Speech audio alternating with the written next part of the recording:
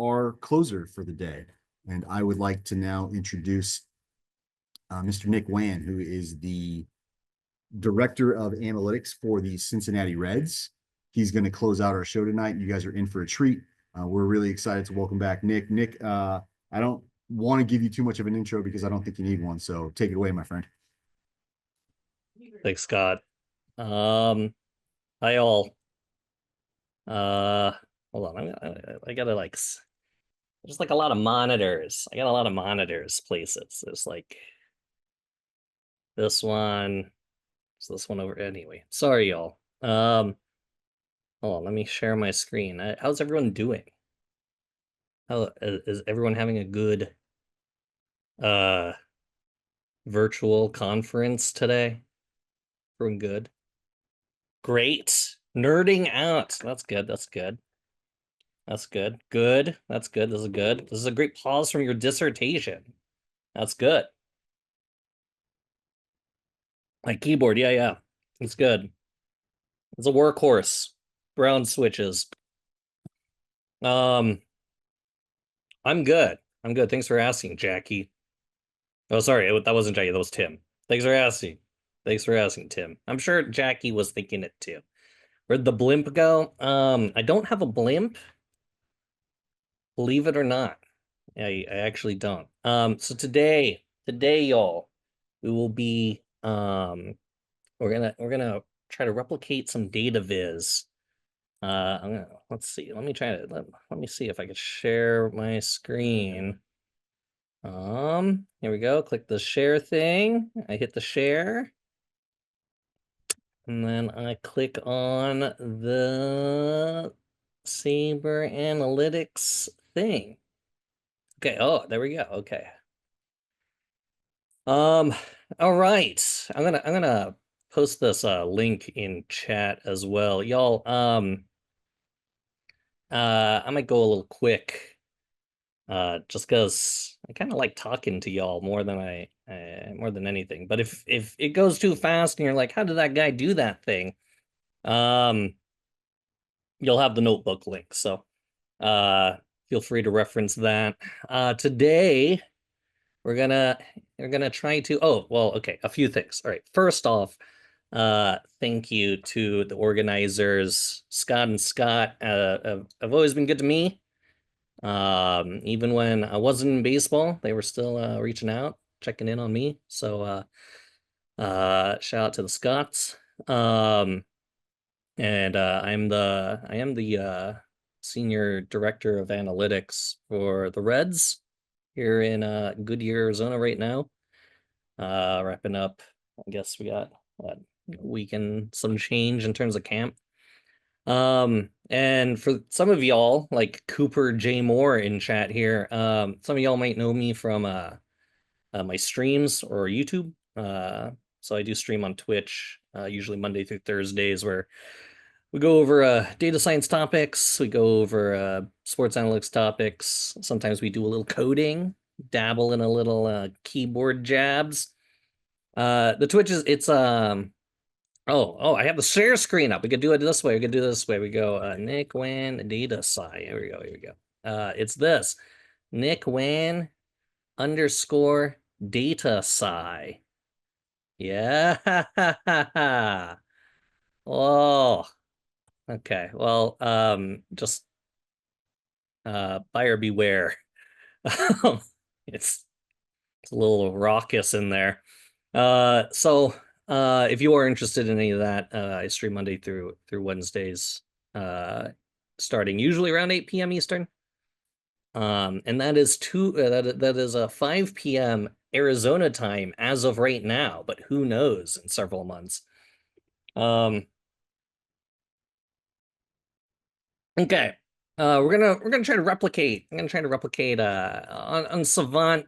I'm sure a lot of you are familiar with Baseball Savant, but Baseball Savant is it's a nice place to go to see a ton of different stats. It wasn't over. It's actually, yes, it was a pretty big slug too if you watch that. So in Baseball Savant, you can check this. You know, I'm sure a lot of y'all have seen this, but today I'm going to try to replicate this data visualization. So this is a an update to their movement plot, their pitcher movement plot. This uses break, horizontal and induced vertical break. And new as of within this past year, they did add arm angles. Some of y'all have been, you know, you're looking at social media sometimes, maybe you see some arm angle, some representation of arm angle in the movement plot here.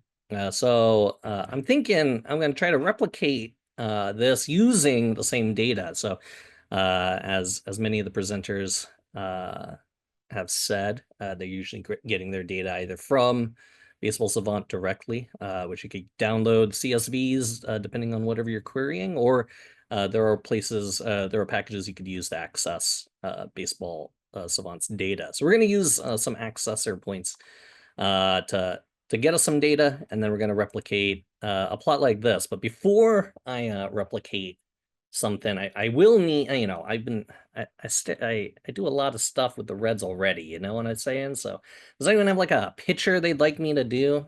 Preferably a non-NL Central pitcher. Any George Kirby? Okay, perfect. George Kirby. That was the first one. I mean, like, let me do George.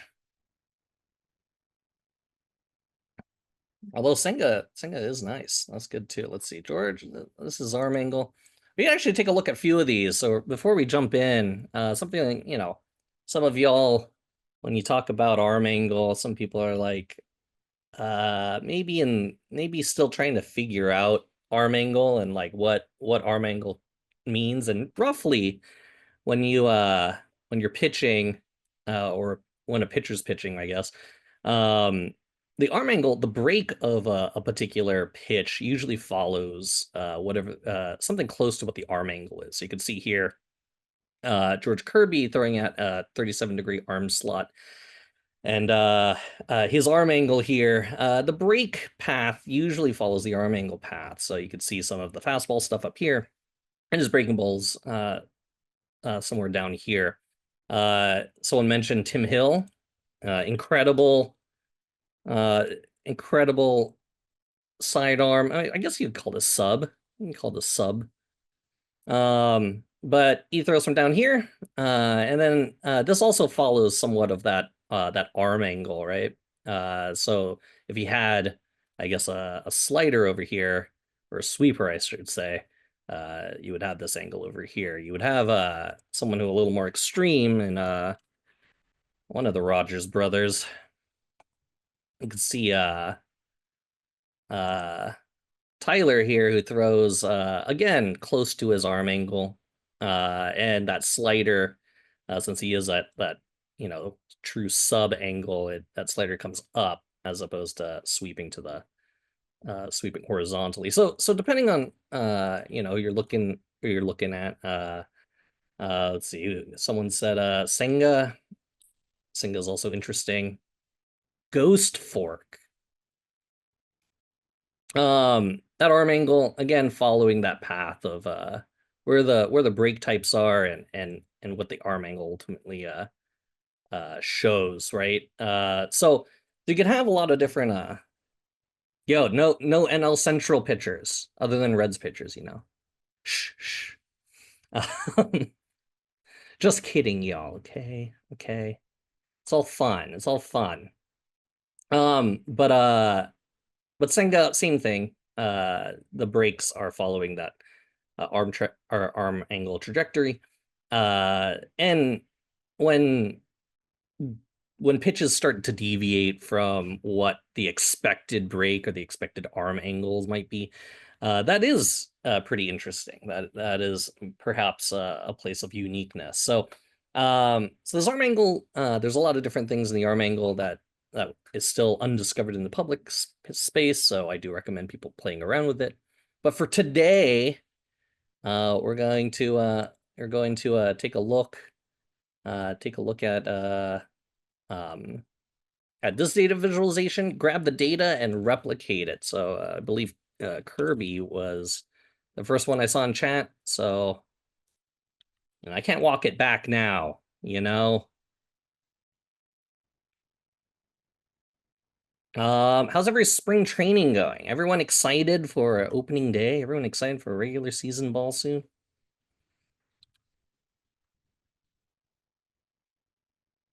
Soto's been balling out. Yankee fan? So no. Oh, I'm sorry. I'm sorry. That was pretty brutal. Caught the injury bug. That's pretty brutal. Waiting for the Tokyo series. That is gonna be pretty sick. That will be pretty sick. We're gonna use something called Pi Baseball here. It's in Python. I don't know if anyone showed this today in the earlier talks, but you got Pi Baseball, and this is a way we're going to be able to access all of this data. So I do need a start date, and the start date's just going to be the beginning of the season. I don't know exactly 2024. Let's just say early. Oh my god, my computer is like really laggy right now. It's all right. I've coded through worse. Okay, maybe I'll all right, I'll turn off the kitties and the corgis.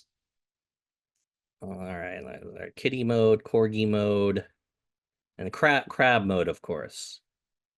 Okay, we'll see. Okay. All right, we'll do that. That should free me up. That should free me up a little. Yamamoto versus Monaga. Yeah, I know. That's gonna be so sick. TS breakout here coming. I am excited. I am excited. That guy has been hitting tanks. If you haven't been keeping up with Christian Encarnacion Strand spring training, that man is it. He has had a very very good looking spring. All right, so we're just gonna grab all this data here, and this player ID. If anyone was like, how did this person know about the player ID?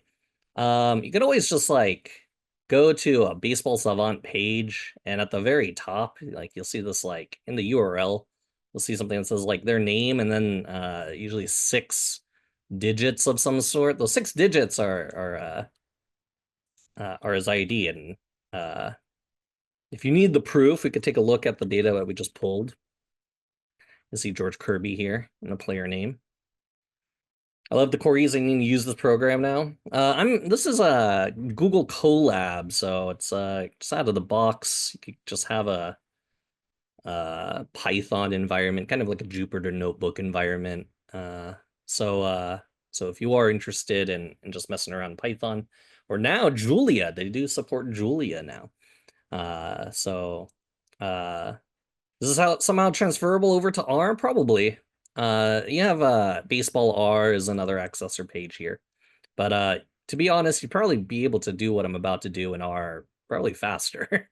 So baseball R and just the general R data visualization universe there is you could whip data viz up pretty quick. But as an old person, I've played these games before, right? I've played these games before. Is that do I get points for memes? Do I get meme points? Okay. So we have the data that we pulled from Savant. This is the Savant data. So this is all the stuff that Savant has to offer in terms of data. You can see that arm angle data is in here. So if you go to George Kirby per pitch, you have the arm angle here. And then you also have some other stuff like earlier or over this past year, bat speed and swing length has been pretty strong talking points. This is the first, bat path related metrics that we've been able to see publicly. So you have bat speed and swing length in here. You also have all the other stuff that Savant has always been producing for us publicly, like your change in run expectancy. So this is kind of like your per pitch run value. And then you have all your game state, out count state, base state, your pitch types, your different release characteristics, release statistics, and then just general game stuff. So if you ever wanted to kind of recreate your own box score or create an app or really, do any project that you could think of in terms of public data, you could use Savant for nearly anything. I mean, you got people out there on Twitter doing all sorts of crazy stuff these days. Like, it was, so long ago where, that was pretty difficult to do. And now people are just like popping up and, posting crazy graphs, and it's a pretty fun experience just to have a lot of this access to the data now. For us, we're just gonna plot a scatter plot here, because at the end of the day, this plot is really just a scatter plot with a lot of fun aesthetics around it, right? So these are all just scatter points, scatter markers. This will just be a line. So this is, if you could think of just a line from 0, 0 out to a radius of what looks like 18 at a given angle. This is like your, solving for a triangle, side angle, side or something. Y'all remember that? I think I got I got at least an A- in that class, I think. Maybe a B+, I don't know. Okay, so we're gonna plot this. And the columns we'll need is PFX X. So this will be that horizontal break, and then on the y-axis we're going to do that PFX Z. And then we're going to color this by pitch name. And for the most part, I'll put a couple of things in here just to make my eyes not explode from ink. For the most part, this is pretty good. We could move the legend out. Oh yeah, that's exactly what I wanted to do. Move the legend out here. And this is just about right. You can see your different pitch types here, so your fastballs, your splitter, that slider, which is almost like a sweeper slidery mix, and then that knuckle curve that he throws. So your whole arsenal plus a few show me pitches in there. The random one knuckleball for the year, George Kirby. And that's basically not too far off from what we're seeing here. Now, there's definitely some differences. First off, this looks like it's from the pitcher point of view, and the data that comes in is from the catcher point of view. So we're just gonna make an adjustment there, and I'm just gonna do this and make this adjustment this way. But that some of these adjustments, since I've done them before, I'm just gonna sure up the coding here. But you could also see that in terms of the scale, we're scaled in feet, and this is scaled in inches. And we talk about break, we usually are talking in inches, not feet. So we're gonna multiply through by 12 to convert all these back into inches. And then we're gonna flip that axis, so multiply through by 11 or by negative.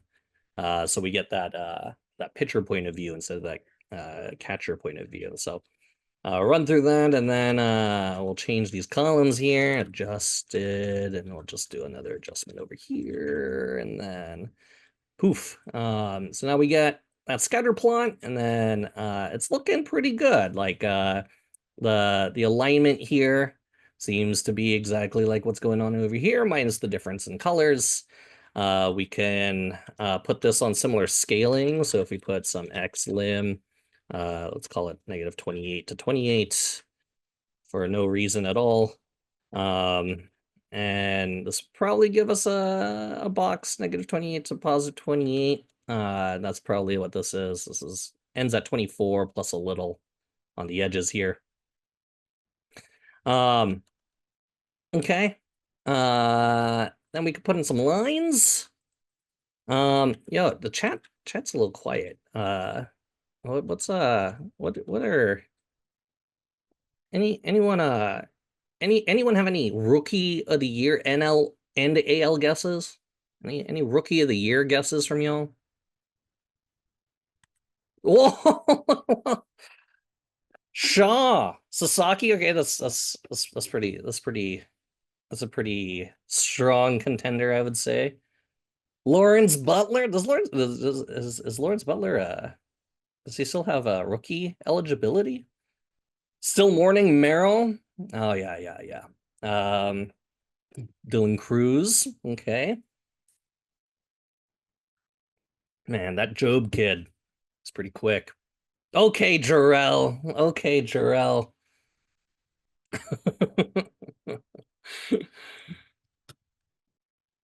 Juan Brito, Drake Baldwin. Okay. Uh, I want someone not expected to be up. I mean, that is the fun part about Rookie of the Year, you know? Someone who just proves everyone else wrong. Like, like they just came up and just put it together. That's pretty good. That'd be pretty good. What about Rhett? I mean, that'd be pretty cool. I'd be pretty in on Rhett.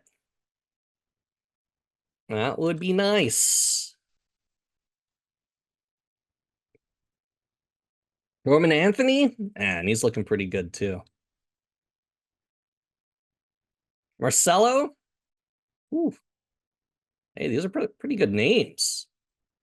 I mean, hey, the future is bright in baseball when everyone in chat's able to just name off really strong contenders. Some of them aren't even going to be there this year. Some of them might be there next year, you know? Maybe this is not this year. Maybe some of these are next year's Rookie of the Years, you know? Andrew Painter? Yeah, lots of good names here. Yeah, Grayson? Yeah, maybe. Who knows? Zach Veen, Christian Moore? And that is true. Like, I was looking right here. Look, we got spring breakouts. Spring breakout tonight. Spring, you know, the weather is a little baseball has a funny way sometimes. The weather has been unseasonably warm basically all through Arizona spring, except for today. It is kind of an ugly day out there, unfortunately. So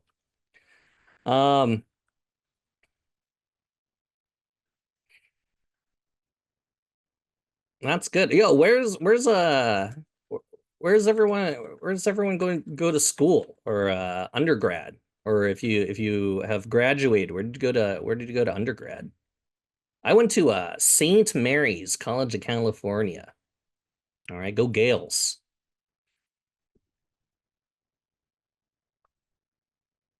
Wow, look at this. Graduated Cal Poly Pomona 2023. I wanted to go when I wanted to before I got into all of this, I thought I was going to be a pharmacist. And I thought, oh, okay, well, Cal Poly Pomona has like a pretty good pharmacy school. Uh, some things in life, plus or minus organic chemistry, told me I wasn't going to be a good pharmacist. So decided to pivot. Wow, look at this. Oh, the University of Puget Sound. Interesting. I like the colleges I like the smaller colleges, you know. I went to a small college. I see Dillard. You see Dillard is in there. University of Hard Knocks. I love it. That is great. You know. Okay. Q's. It's at Berkeley. I was born and raised in the Bay. So my parents still live in the East Bay. University of Hawaii. Oh, nice. Okay, so we're gonna put this arm angle in there now. While we were all talking about how our schools. We're in the East Bay. Well, I went to school in St. Mary's. My parents lived in somewhere in, like North Berkeley, Albany, El Cerrito area. And then before that, before they moved out to the East Bay, we were in the North Bay. So we were up in Roanoke Park by Santa Rosa. And I went to Santa Rosa Junior College. for 4 years because 2 of the 4 years I really wasn't taking school very seriously. Then I found some people who wanted to learn how to study. I was kind of a late bloomer in that sense. After I got my grades up, ended up transferring over to St. Mary's in Moraga. I used to call it the Far East Bay. That tunnel is just it's a true separator for the Bay Area, in my opinion. So I was over in St. Mary's for a couple of years. After St. Mary's, I when I transferred, I transferred in as a chemistry major, and then someone said, "Hey, you could do all this cool lab stuff that you like doing with people instead of with chemicals." And I was like, "Show me." And they showed me what a neuroscience lab looked like. So I changed my major to psychology. Started working in a neuroscience lab, and then decided to go to grad school for psychology and neuroscience. So went to grad school, and then did my dissertation in strategy formation with EEG, and then decided I don't think I was so good at grant writing. I thought like maybe my grant writing wasn't that great, so looked at jobs where you didn't need to write grants, and found out that a lot of places were interested in some of my education in sports. So applied to a bunch of teams, got a bunch of interviews back, and I'm now here. And I've been here since 2017 now. So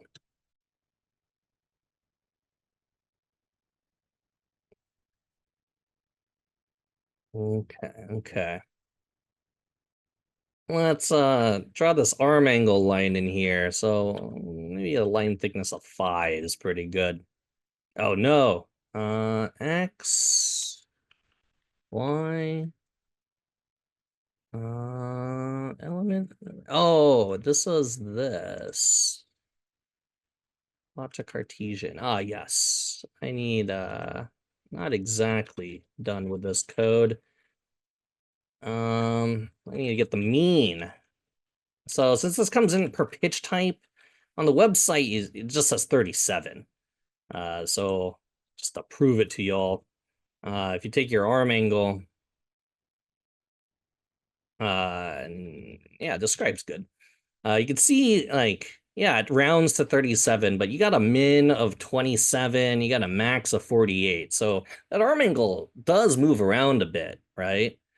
It isn't just an arm angle that's static. A lot of times we think like these deliveries are static, but you got guys out there who sometimes have a lot okay, Jesus.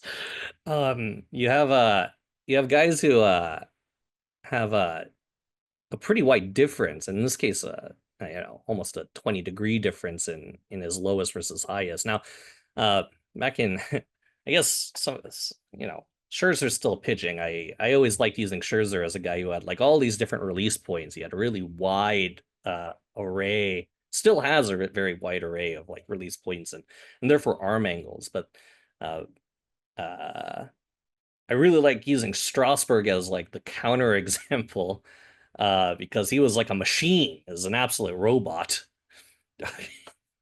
uh, some some uh, some very smart people have found the stream and are communicating in an alternative way right now.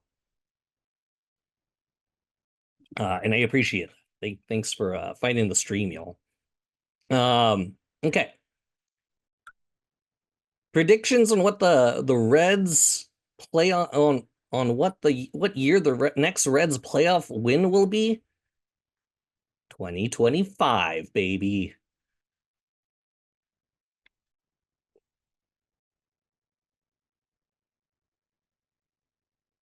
Um, okay, here we go. So now we have this line right here. That's just like this line right here. You might think like, huh, this line looks a little different than this one. It looks a little maybe lower. And that's because the spacing isn't perfect here. So I'm going to set this equal. Something like a novice data visualization thing is usually when you're plotting in like some plotting library, sometimes the x-axis gets stretched out further than the y-axis here. And so the space between 0 and 10 in this case is actually a little wider than the space between 0 and 10 over here. You could kind of see that here, like this. I could fit like, I don't know, maybe my thumb in between the 0 and 10 on the x-axis, but over here, maybe like the tip of the thumb there. So they're clearly a little different. You want to set that aspect to equal. When you do that, this makes the shape of the graph a little more square. Actually, a lot more square. It is a square now. And that arm angle you could see is now that same angle as on Savant. So just to showcase the difference, here's what it was before, a little wider, and so this arm angle gets artificially dropped a little. So you wanna set that spacing to be equal. Get that spacing to be equal. When arm angle tip pitch type, sometimes. So and we'll get to that in a second. Just remind me to show you that might happen. Remind me in a few minutes here. If you're allowed to speak on it, how's the transition to Tito? It's been awesome. I've and that is no flame to my dude DB. I consider David a friend. I consider the Bell family friends of mine. We've shared meals together. We've talked all sorts of life, all sorts of baseball together. And I really do respect and really enjoyed my time working with David Bell, the former skip. But Tito, he is something else, man. It's a future Hall of Famer, and it's incredible just to learn from him, to hear his stories, to hear how he thinks about things, and it gives me perspective too, because I joined the Reds in 2017. Didn't have a lot of interaction with Brian Price. Didn't have a ton of interaction with our interim manager, Jim Riggleman. But so David Bell being, in my mind, that first manager I really, started learning from and collaborating with. Tito now being the second in my mind. So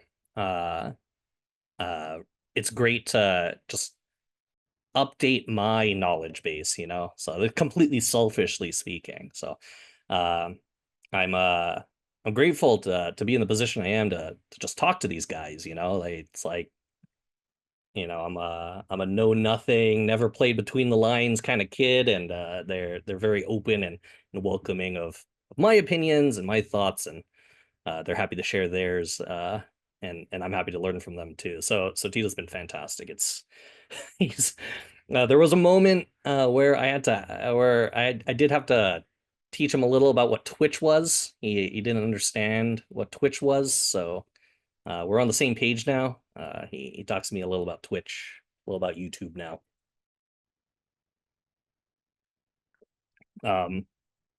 So that every time he sees me, he's like, "Wan, are you on Twitch right now?" I'm like, "No, Tito, I'm at work. I am at work."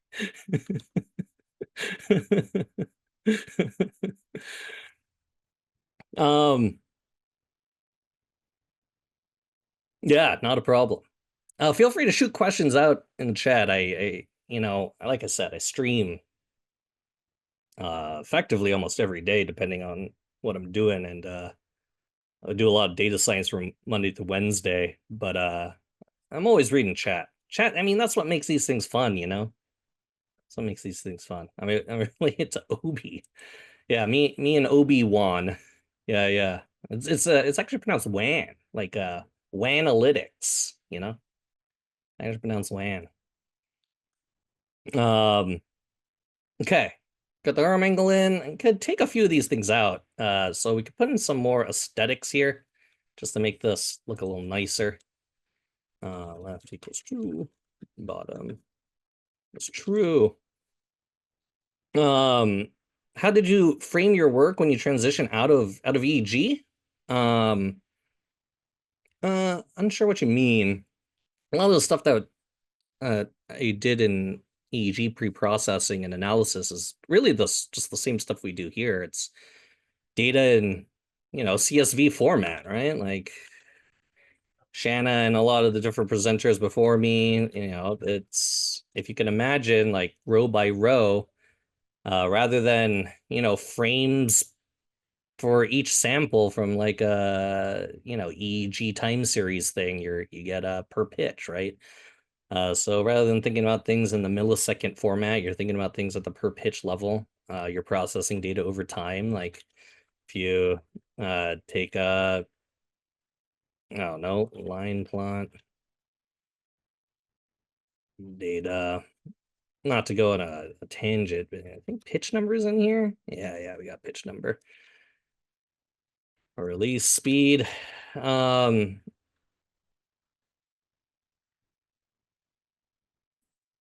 So you could think about pitch number as like your frames, right? And then if we just look at fastball types, is in, I think is it FF or FB? How do they do it?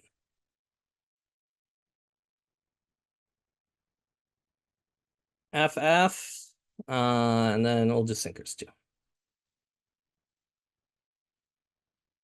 So taking a look at fastball specifically, here's George Kirby, of course. Over time, it's just like a time series like you would see in EEG. So if you consider like this kind of like an ERP signal, it's similar processing. You would go through some sort of bandpass filter. Sometimes you got to apply a PCA or an ICA, reject some ugly data in there. There's no like, stereotypical eye blink artifact in baseball. Luckily, we know what explicitly is causing most of these things. You could apply some interesting things on top of that if you want to do like functional connectivity or something like that. That's your statistics of choice, and then you export it and say what you found and how that correlates to wins on the field. Whereas in EEG, you would export brain data and you'd say what correlates to behavior that you're looking at. So similar. I don't think there was like much of a big transition in my mind. What inspired me to start streaming? Streaming is I streamed my dissertation actually when I was in grad school. I was inspired by a friend of mine, Chris, and he kept an Excel sheet of how many words he typed during his dissertation. And so I was like, oh, I'll do the Zoomer version of this and stream my dissertation.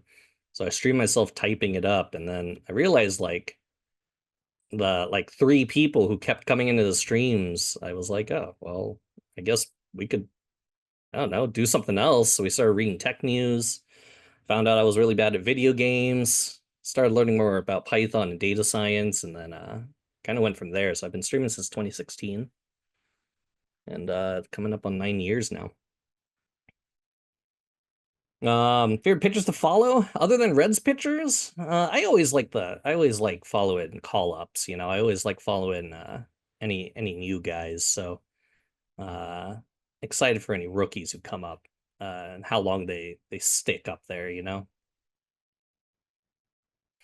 Where can we find the PhD of other players? All you need to do, like for example, if I typed in Joey Votto, MLB, you probably find like the MLB.com website, and here you see like their name, first name, last name, and then like 6 digits here, 458015, and that is the ID, the be Advanced Media ID, as they say.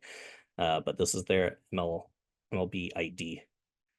So you can do this with anyone. So for example, like we're doing George Kirby right now. So here's George Kirby, 669923, and here you got 669923, just like we found it.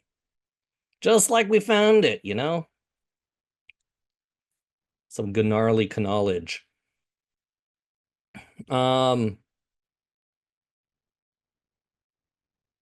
What's your advice for people trying to learn Python or R? Have a project to do. Shauna said it right.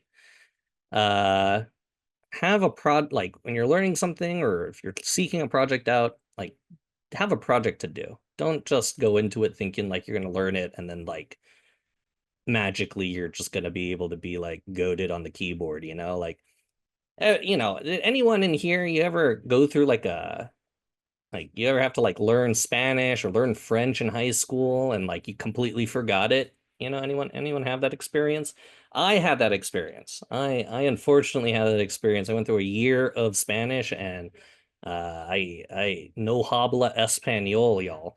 So I probably learned more Spanish working in baseball than any of the any of the time that I spent in Spanish class, unfortunately. And that's because I just never used it. So you know, people who learned the language and like, you know, went overseas or did like a semester abroad, or, you know, was able to like use that language and like talk to friends and like join a club and commit it. Uh, People were always able to retain more of that language that they learned. Learning a programming language is not too different. I would say immerse yourself in a project you really want to learn. Like what we're doing right now. All I'm doing is replicating this, but you could replicate all of these things, right?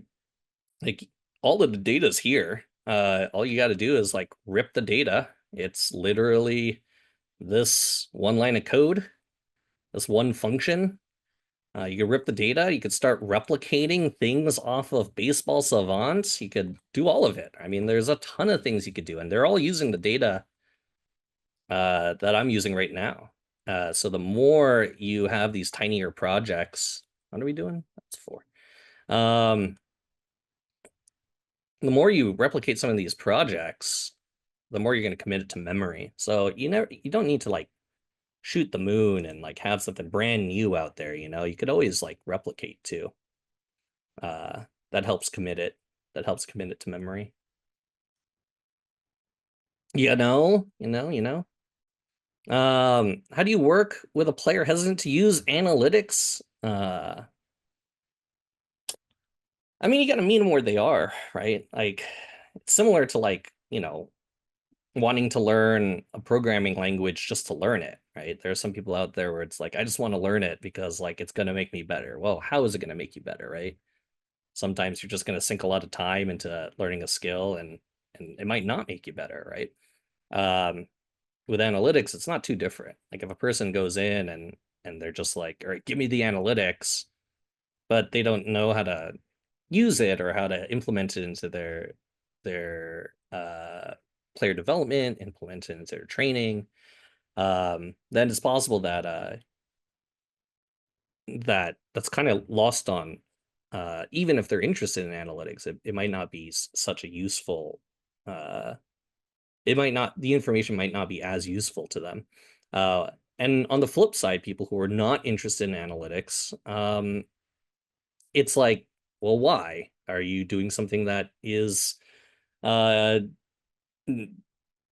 making you better progressively? Is it something, are you doing something that like maybe you don't need analytics because you have such a great routine down? And if not, if there are places to shore up and we could see or identify places, and whether it's the TrackMan data, Hawkeye data, whatever it might be, hopefully that would be beneficial to a player. And you got to kind of meet them where they are. Like, what do you want to get better in?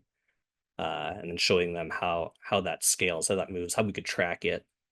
And if they're not interested, if they're not ready for it, they might not have to be ready for it, but we'll provide that information to their coaches. And through their coaching, the coaches will like bury it into their programming for them, right? So it's not it's not like it's all on the player. It's the entire organizational effort, from how we communicate it to who's getting the information, how they communicate to a player, how that scales throughout the org, so everyone's getting a similar messaging depending on what the information is. You know, how impactful is good data is on helping people believe some good numbers. Uh, it's pretty big. I mean, data visualization is one of the strongest communication tools out there. What do I need to do? I need to remove the x-axis. Oh yeah, I need to do both of these things. It's one of the strongest data communication tools, science communication tools out there. And so if you're not using data visualization as part of your communication tool set, you better be really, really good at talking and really, really good at like writing, because outside of like making tables and writing things up, data visualization is really one of the only bastions outside of video to communicate with. So I don't know, like people out there who write like poetry scouting reports, it's I guess that'd be pretty sweet. Very, but does it communicate all the info? You know, I don't know.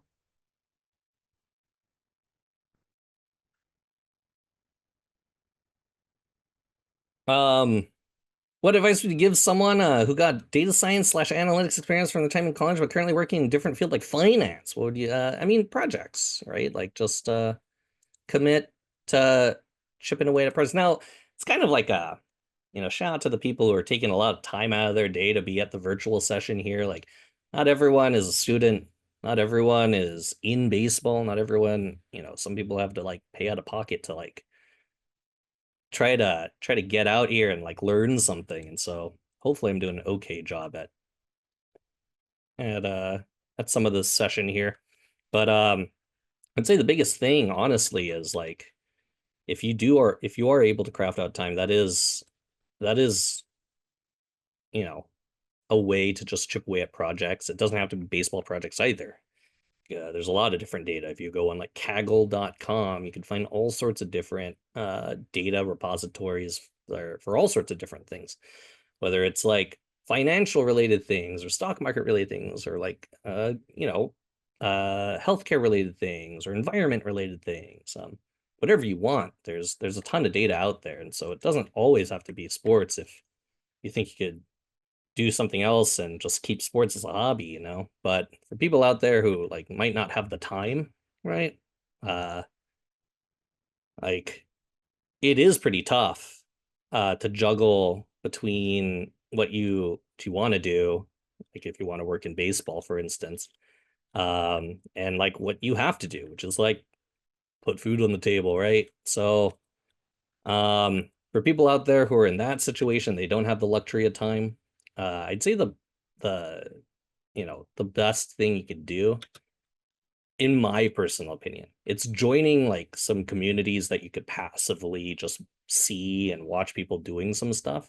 So maybe it's not you doing the work, but how having discussions, being able to talk openly with people similar level as you.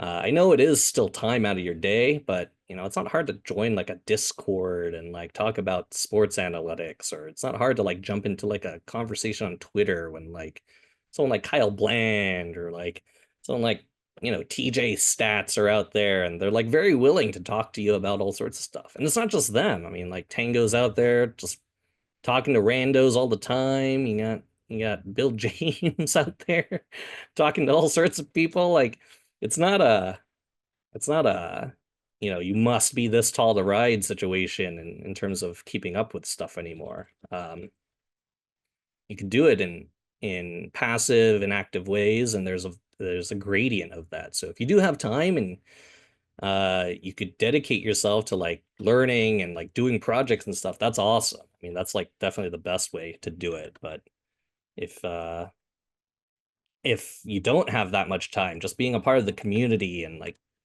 making friends and talking about things on that level, that's helpful too. Both are helpful. I'm just putting in some of these circles here, you know, like I said, I'm kind of replicating what's going on here. So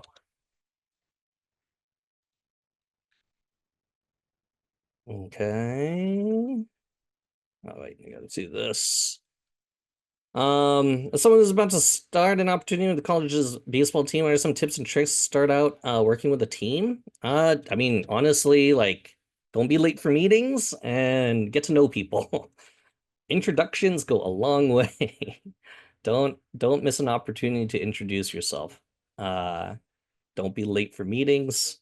And in terms of the technical side of things, if you're able to download those TrackMan CSVs and turn them into a report, even like velocity reports for a pitcher, that's huge, you know. Those are some things that like, you know, coach comes into a new place and they got a TrackMan, they've never used a TrackMan before, or graduate assistants are there and like they haven't used TrackMan before. You could be really helpful if you start downloading that TrackMan data and putting it to good use, you know. And your teammates will thank you. What does my day-to-day look like at the Reds? Pretty different every day. In season, get to work. I run the department, so that's not a flex or anything. It's just the responsibilities I end up having. But the I do have a rule in my department, like no meetings before noon. And that's mainly because we don't craft out time for ourselves, then when do we ever code? So I tend to have a ton of meetings before noon because the rest of my department doesn't have meetings, but I still have to have cross-departmental meetings. I'm meeting with different scouting groups, with different technology groups, meeting with player development, making sure that we're keeping everyone happy. And then usually around noon, I check in with my group, start having our meetings, and then try to make everyone happy in my department. And then sometimes I have some one-on-ones. So I'm talking to my boss, our AGM, Sam Grossman. I'm talking to some other people in the department, whether it's our other directors or senior directors, Jeff Grappe, our other AGM, Brad Metter, our GM, Nick Kroll, our president of baseball ops. I'm talking to anyone or all of them. And then if it's a home game, I go to press dining, grab whatever they're serving us in press dining, and then watch hopefully no more than 9 innings. And then I go home. And then usually when I get home, I turn on the stream for a couple hours, and then do it all again. I copied some text. Really, this text is like takes an X, takes in a Y, and then takes in some text. And just trying to copy what they did here with moves towards first base, moves towards third base, more rise, more drop. And so I got that more rise, more drop, move towards first, move towards the. Remember, this is from the pitcher perspective now, since we flipped the axis here. This is looking pretty good. I mean, this isn't too bad. Like some of the lines might be a little thicker, but we don't have all the labels for the inches here. Colors wise, it's obviously not perfect, but we're actually having a ton more pitch types. You know, the show me knuckleball is in there, and you know, that's not over here. Also something you can see is this is a 100 pitch sample, so really they're just like 34 four seams, 24 sliders, 23 sinkers. You got 10 splits and 8 curves. You could even count the curves there: 1, 2, 3, 4, 5, 6, 7, 8. Had 8 of them there. But since we are plotting all 3,000 over 3,000 pitches, Here's the entire arsenal plus that cutter plus that curveball or plus that knuckleball in there. So so more than what this is giving you. Someone asked about tipping. I'll read China in a second, but someone asked about tipping. So if you actually color this by arm angle, for instance, you don't have to be just stuck with like the pitch types. You could actually color this by whatever you want. Let's go arm angle, and then let's make the palette from purple to green. And let's see what it looks like. So here's now arm angle as our hue, and then darker would be lower arm angle, darker purple, and then darker green would be higher arm angle. So you can see like maybe this is like your 40-degree arm angles up here for those fastballs, and then when he's dropping the slot a little, he's throwing that secondary pitch. And this is actually something you see with a lot of pitchers. It's when they manipulate the fastball, it's not just with their hands, not just with their grips. It's the total package plus the arm angle, plus more biomech.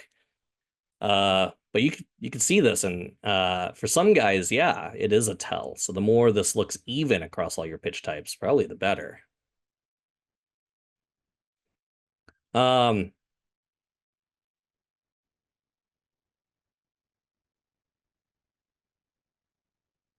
me change this back to the pitch types.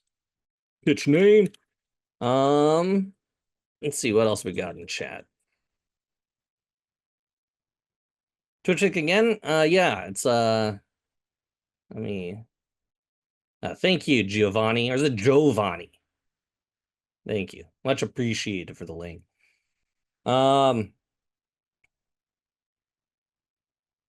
Let's see, how do you get the dash effect on one of the circles, like on the Baseball Savant page, on the circles? Oh, like this, like these, this MLB average effect. So this takes a little longer. I would have to take like more data, but to get the MLB average, it actually would be very similar to what we're doing right now, except we would want to query like basically the entire season of data from everyone, which isn't difficult to do. You literally just remove this line, but it does take up a good amount of space. It takes a while. So I do recommend saving that data once you do it. And then you would do this exact same thing, actually, but instead of a scatter plot, you'd probably want to plot something like a bivariate kernel density estimated plot, or a KDE, and that will get you this like area. You can actually see like if you switch this to proportional to usage, like these circles, this representative like dot area, that's kind of what they're doing with these spots. But you can see there's sometimes like an oval shape to them. So it's probably more like an area and where that pitch typically lands. It's probably using some sort of like kernel density. But yeah, it would be to get the average, you just get the average from the entire league. What are some new areas of research that teams are looking for? I think everyone's on the biomech train right now, like Hawkeye's in all the places.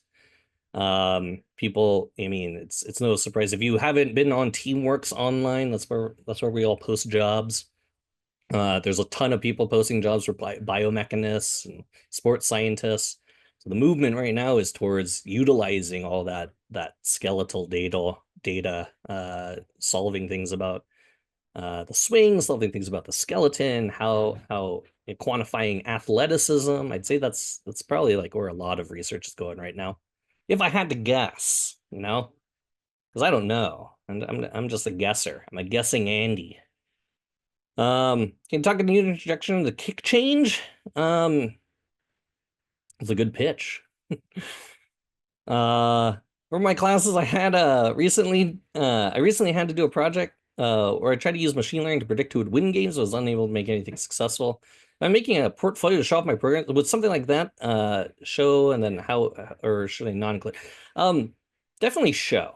Especially if it's like entry level roles, right? Like if you're looking at your, an analyst level, if you're looking at internships. I'm not like if I'm hiring, I'm not expecting someone to come out of school like knowing everything I know and then some, like there's going to be, expertise. There's going to be knowledge share from internal.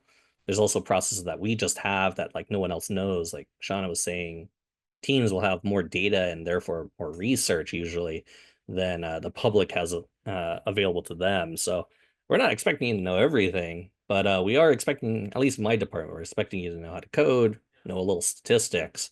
Even if a project's unsuccessful, knowing how to code and knowing your statistics and being aware that your project wasn't successful, those are all pretty strong traits of someone who's willing to grow and willing to take criticism and be able to do version 2 better than version 1, so I do recommend just showing what you got. Now, that's my personal perspective. There are 29 other hiring managers or heads of analytics out there, and I'm unsure what theirs are. If you're at SABR Analytics in person this weekend, Andrew Fox from the Brewers, Foxy will be out there, and you'd ask him what he thinks too, but he's in a similar position to me. But yeah, I also Foxy's a good guy, so I trust his opinion too. I think we see things pretty similarly. What else? I think I got one more before Scott's gonna tell me to wrap it up here, or maybe Scott's about to tell me to wrap it up. You can cook for a couple more, Nick. Okay. What do we got, chat?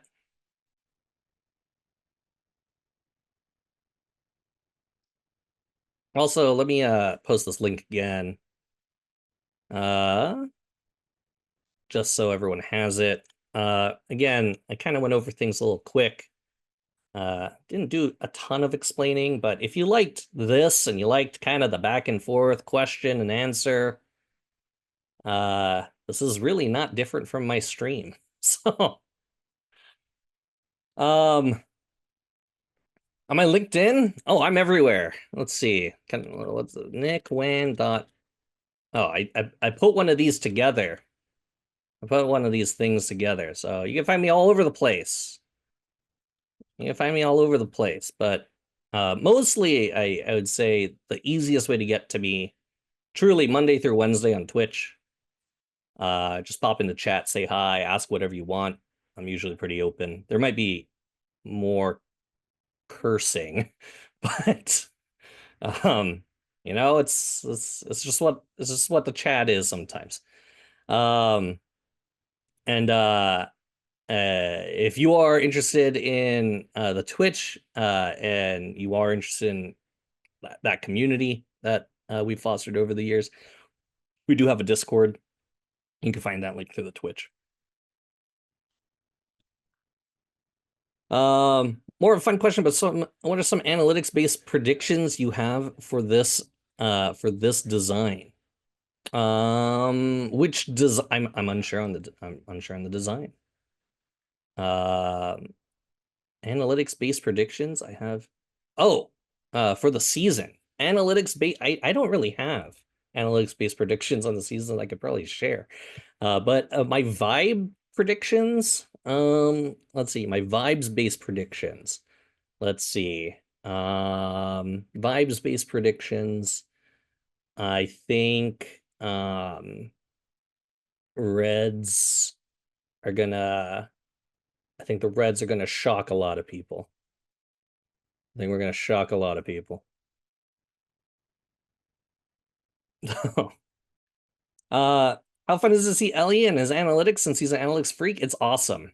I mean, it's fantastic. He was like top 5 shortstop in terms of defense last year. Not a lot of people talk about his defensive acumen, but base running obviously off the charts. Sprint speed, self-proclaimed fastest man alive. I think Usain Bolt might have a word with him. The slug is crazy. Bat to ball contact switch is awesome, and he's been very, very fun to see from the right side right now. Just looking so much better. Swing decisions are going to take another step, and the defense. No one talks about the defense, and the guy's top 5 defender at short, you know? So top five shortstop, defense. Any insight you could provide on how data factors into evaluating comp pick in a trade? Gavin Lux trade, for instance. Yeah, it's I mean that wasn't necessarily the first time that happened. We also in a different way, you could think of when we traded Sonny Gray to the Twins and got Chase Petty back. Chase Petty was a comp pick that year. So there is something to be said about like what the value of a comp pick is to your org. That's going to differ to all orgs, but it's also like if you have specifically the pick, what you can do with it, how you use it, it's interesting. And for a team like the Dodgers who never gets a competitive balance pick, it's like this it's like a juicy treasure that just is like, oh, it's so rare, like we were able to get a comp pick.